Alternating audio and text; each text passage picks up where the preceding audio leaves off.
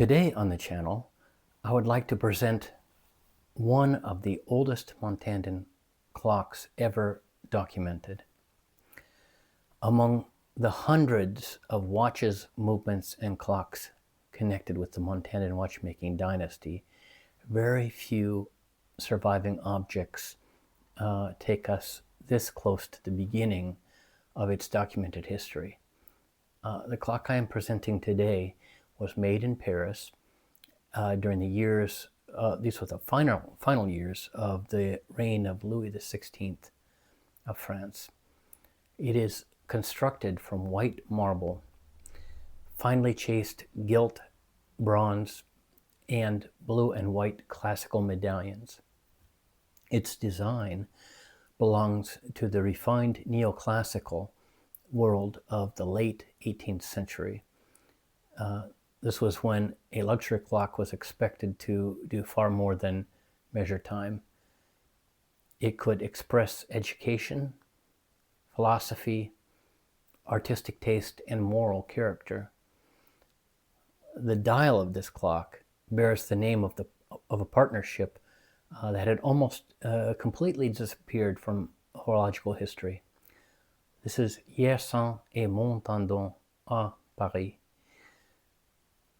The clock is important not only because it is exceptionally rare, it may also provide evidence of a lost series of allegorical clocks representing some of the moral principal virtues of the 18th century. Today, for my 200th video, I want to examine this remarkable object, introduce the men whose name appear upon it, compare it with the other known works of their partnership, and explain why its rediscovery may substantially change our understanding of the earliest Montandon clocks. Welcome to the channel.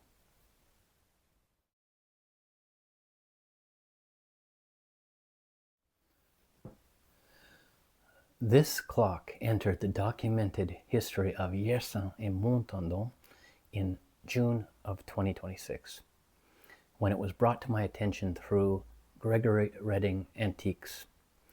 I would like to thank Gregory Redding for his collaboration, for discussing the clock with me, and for granting me permission to reproduce and examine the photographs used in this documentary and in the accompanying research paper. Without such collaboration between owners, dealers, collectors, and researchers, important objects can remain historically isolated. They may be admired for their visual beauty, but their makers, relationships, and wider significance can remain unidentified. This clock is especially important because it is not simply another surviving object signed by the partnership. Its form, materials, and allegorical decoration place it beside two other documented clocks associated with Yersin Montandon. One was called the Allegory of Love. Another was called the Allegory of Fidelity. The discovery of a third related clock raises a much larger question. Were there isolated luxury commissions, or were these part of a deliberately conceived allegorical series? That question forms the central argument of my white paper and of this documentary. I shall be providing you with a QR code for those who wish to download this white paper, and it will be provided at the end of this video. To understand the clock, we must begin with David-François Montandon. He was born in La Brevine in 1732. He was born into the Montandon-François genealogical branch. His parents were Jonas Montandon, remembered in the family as Jonas-Louis Montandon, and Jean-Marguerite Perrenot. David-François was one of 5 sons. His professional formation appears to have begun not solely in watchmaking, but in the closely related world of precious metal craftsmanship. In February of 1755, he was chosen for training towards mastery as an orfèvre, or goldsmith. Records from April and May of that year identify David-François, son of Jonas the physician, as a native artisan associated with Allegorical. This background is very important. The construction of 18th century luxury watches and clocks depended upon numerous specialized trades.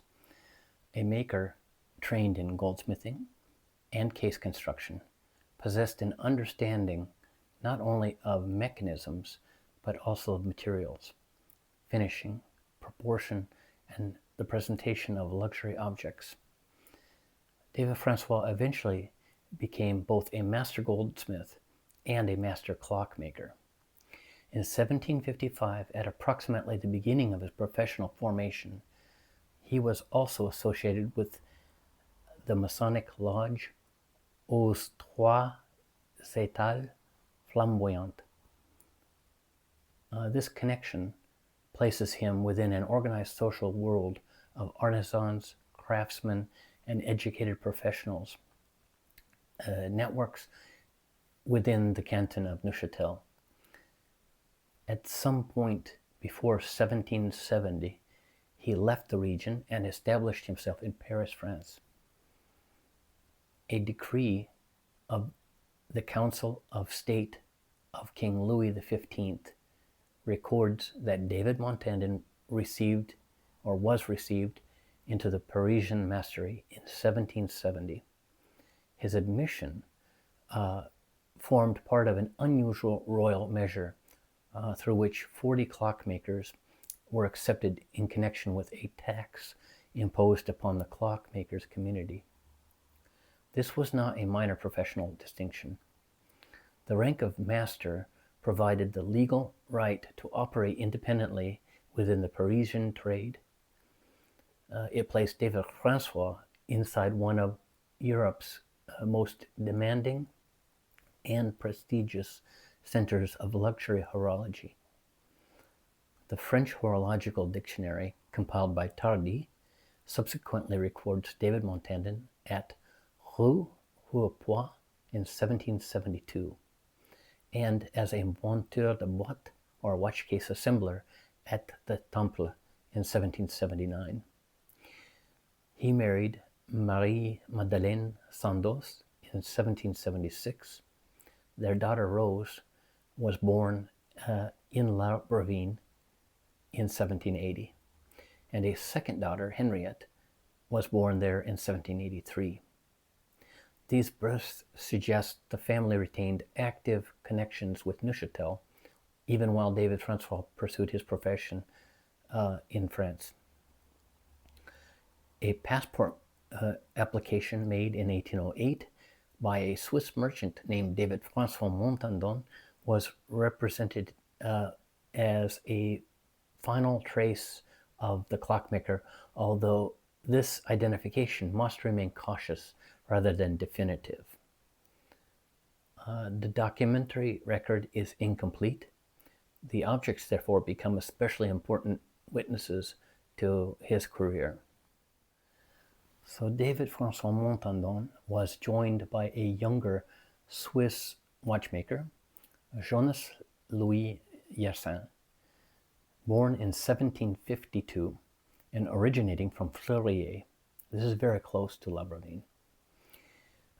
Yersin was approximately 20 years younger than Montandon, which would make Montandon the senior in this partnership. Yersin belonged to a horological and commercial family and was received as a master clockmaker in Paris in 1778, which is 8 years after David was. This latter address was situated within the highly concentrated commercial and artisanal world of central Paris. It is also the most probable location associated with this partnership. And we're speaking of this Quai or Rue des Orfèvres. And this was situated on the island that is located in the Seine, and it is exactly facing Gros-Herbois, where David was earlier located. The two men were not complete strangers, brought together only through business. Genealogical evidence indicates connections between the Yersin and Montandon family networks in the Val de Travers and the wider Neuchâtel region. Because David-François had attained mastery 8 years earlier and was substantially older, it is reasonable to regard him as the senior or principal figure in this partnership. This remains an interpretation, however, rather than something explicitly stated in surviving partnership contracts, for example. Their known objects carry the joint signature of Yersin et Montandon à Paris. The name has repeatedly caused problems for later auctioneers and catalogers. In one record, Yersin became Versin with a V, and later in another he became Yeroin with a J and the S as an O. Those are clearly mistakes because of the fact that they were obscured on the dials. The relationship between the surviving clocks and corrected signatures makes it possible to reunite these scattered objects under this same partnership. Let us now look more closely at the clock itself. The principal structure is formed from white marble. Against this pale architectural body, the gilded bronze ornament appears with exceptional clarity. The mounts include laurel wreaths, lyres, acanthus ornament, classical urn forms, and balanced architectural details drawn from the vocabulary of Greco-Roman antiquity. The bronze was mercury-gilded, a technically demanding process capable of producing the rich, durable surface associated with the finest French decorative arts of the period. The mounts were not simply applied as excessive ornament. They were organized to reinforce symmetry, rhythm, and architectural balance. This combination of white marble and finely chased gilt bronze became characteristic of high-quality Louis XVI decorative art. Yet, the most distinctive features may be the blue and white medallions. The central relief appears to show 3 classical figures framed within a laurel wreath. 4 additional medallions show draped female figures involved in quiet ceremonial, contemplative, or devotional actions. Their precise identities are not yet securely established. They should eventually be compared systematically with 18th century Wedgwood catalogs, engraved gem collections, contemporary prints, and surviving classical relief designs. Their appearance strongly recalls the blue and white jasperware popularized by Josiah Wedgwood during the final quarter of the 18th century. The use of such medallions spread rapidly through European luxury production and was adopted by Parisian bronziers, furniture makers, and clockmakers. It would be premature to claim that the medallions were manufactured directly by Wedgwood without material or documentary confirmation. What can be said is that they participate unmistakably in the Wedgwood-inspired antique revival. Every major element belongs to a coherent neoclassical language. The laurel represented achievement and virtue. The lyre evoked harmony, poetry, and cultivated learning. The urn recalled antiquity, memory, and solemnity. The classical figures introduced moral or philosophical meaning. These motifs were not selected at random. Together, they suggest that the clock was intended to communicate an idea. The clock's proposed date, approximately 1783 to 1789, rests upon both documentary and stylistic evidence.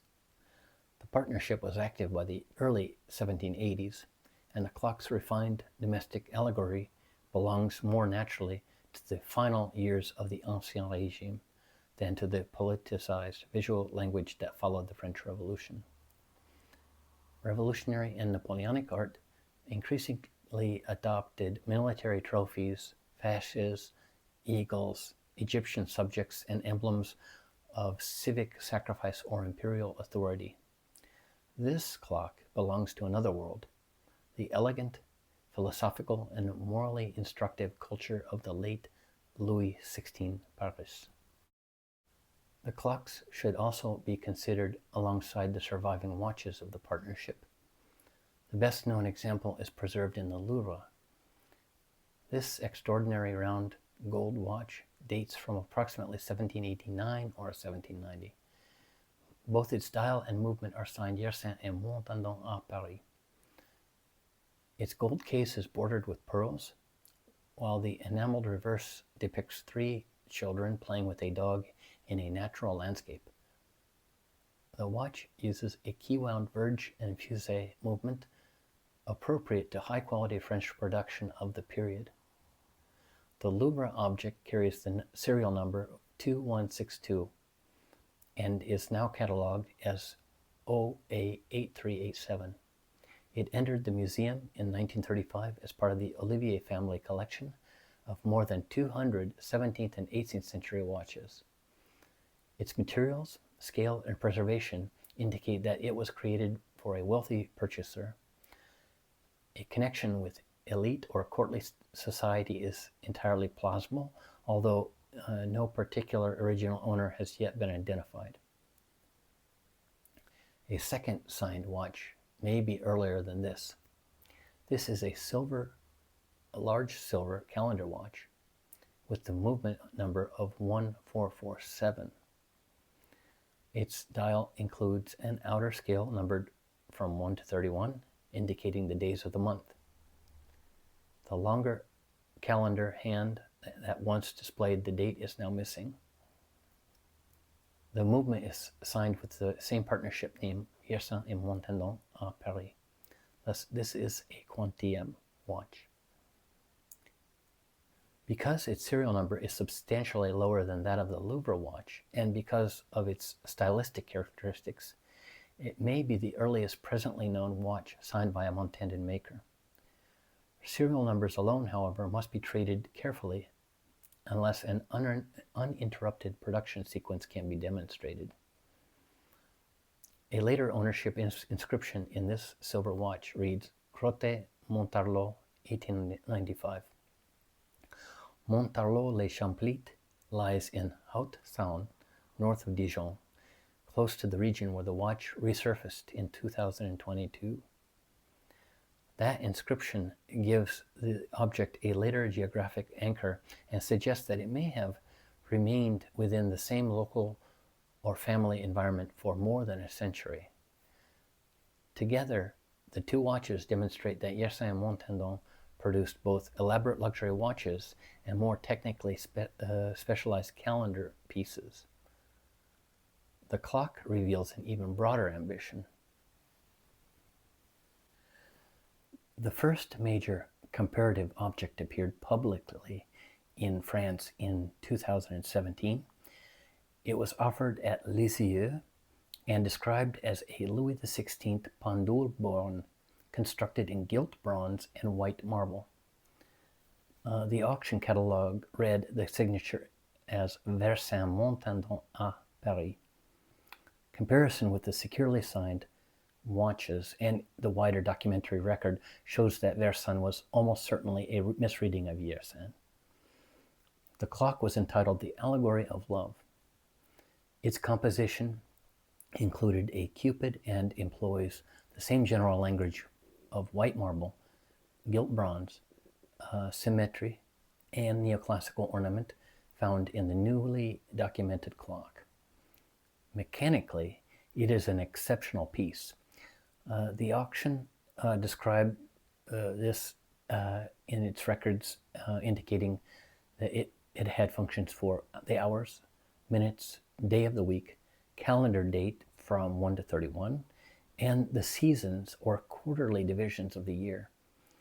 Depending upon the indications classified, it can be described as incorporating 5 principal displays or complications.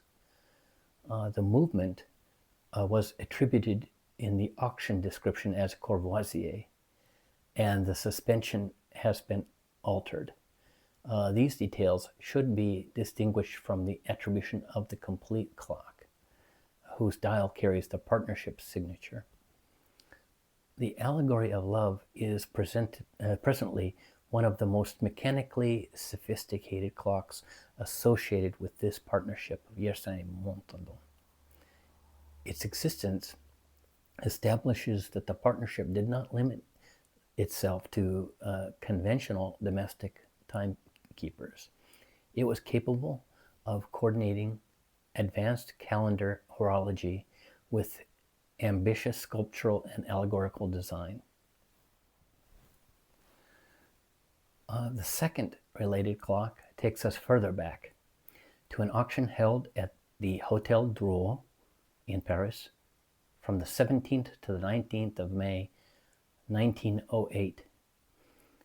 A report published in La Chronique des Arts et de la Curiosité records an ormolu and white marble mantel clock entitled The Allegory of Fidelity.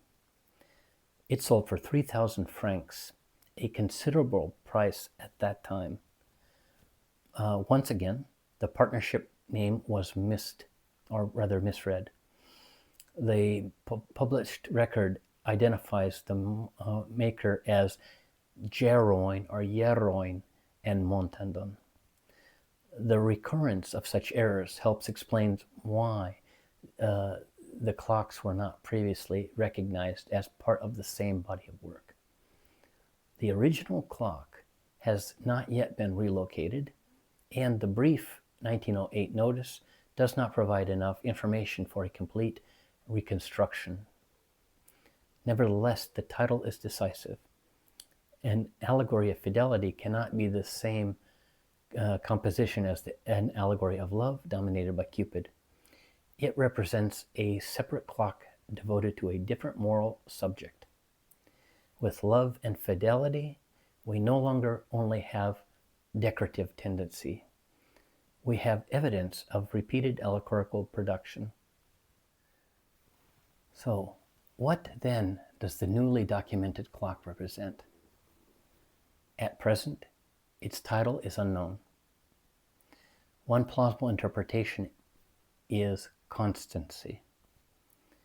In the 18th century art and literature, constancy represented perseverance, steadfast devotion, and unwavering moral character. It was frequently associated with love and fidelity. Its personification could appear beside or an altar, a column, a laurel wreath, or symbols of endurance and solemn commitment. Several of these elements resonate with the iconographic program of the newly documented clock. The quiet female figures, ceremonial gestures, laurel ornament, and balanced architecture are compatible with such an interpretation. If the identification is correct, the 3 surviving or documented subjects would be love, fidelity, and constancy. Together, they would form a coherent group of virtues associated with enlightened domestic and social life. But another possibility must also be considered. The allegory of love invites comparison with the theological virtues identified in the first epistle to the Corinthians. Faith, hope, and charity. In 18th century usage, charity, or caritas, could be understood more broadly as love in its highest moral sense. Could the clocks have represented faith, hope, and love? The allegory of fidelity complicates this interpretation. The Latin fides could mean faith, but in the Roman civic tradition, it also represented loyalty, honor, trustworthiness, and good faith.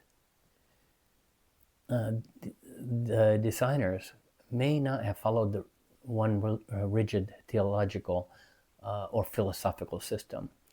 They could have combined classical civic virtues with Christian morality, expressing both through the fashionable visual language of antiquity. Thus, love, fidelity, constancy, faith, and hope all belong to moral vocabulary of the educated 18th century society. The evidence is strong enough to propose a series. It is not yet strong enough to identify it completely in this membership. That distinction is essential. A responsible interpretation should open a path for further research rather than turn to a promising hypothesis into an unsupported certainty. The proposed dating of approximately 1783 to 1789 is based upon an intersection of documentary and stylistic evidence. David-François Montandon had been a Paris master since 1770. Jonas-Louis Yersin became a master in 1778 and is documented in the Orfèvre district from about 1780 until 1789. Surviving watches confirm that the partnership was producing jointly signed works during the 1780s. The clock's artistic language also belongs to that decade. Its neoclassicism is an artistic language of the clock which also belongs to that same decade. Its neoclassicism is restrained and domestic. Its symbolic world is one of harmony, cultivated tastes, and moral reflection. It does not employ the overly revolutionary military or imperial symbolisms that became increasingly prominent after 1789, that is, after the French Revolution. No single decorative feature provides an exact year. Taken together, however, the partnership chronology, materials, design, and iconography support production during the final years of the Ancien Régime. Where does this clock stand within the broader history of the Montandon watchmaking dynasty? It should not be described carelessly as the earliest known Montandon object.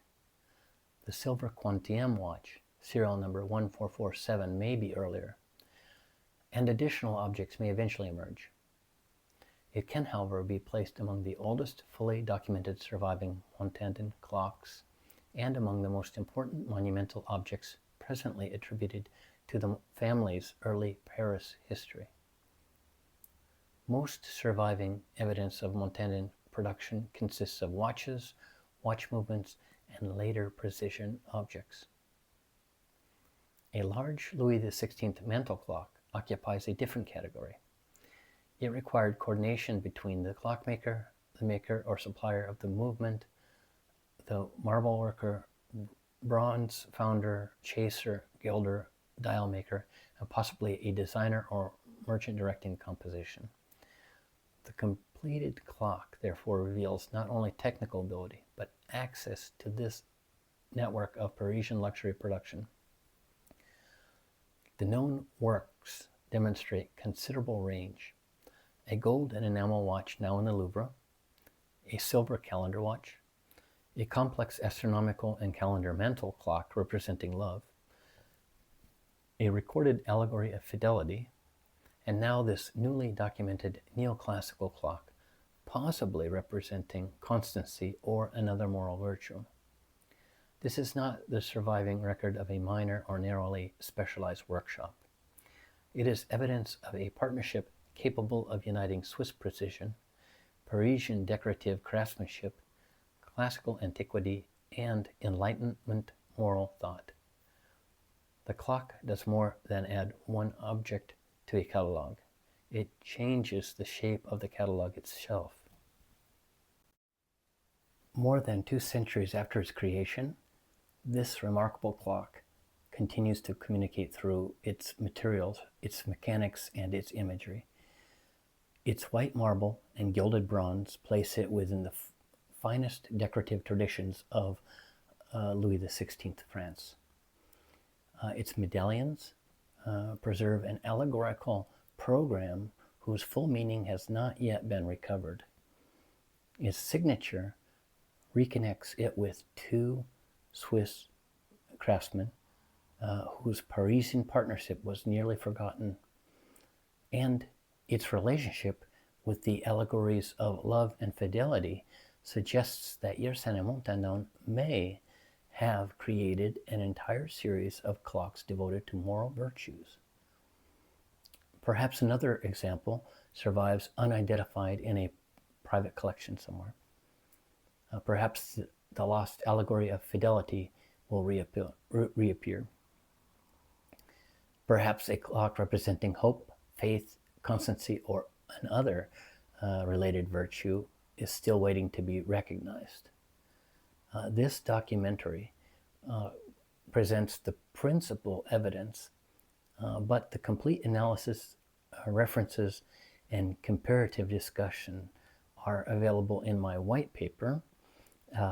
This is entitled The Allegorical Mantel Clocks of Yersin Montandon à Paris, a lost cycle of moral virtues. You can access the paper using the QR code now displayed on the screen. I invite museum professionals, auction specialists, collectors, clock scholars, and researchers to contact the Montandon Horological Society if they recognize another clock, signature, medallion, or archival reference related to this partnership. One object can preserve a fragment of history.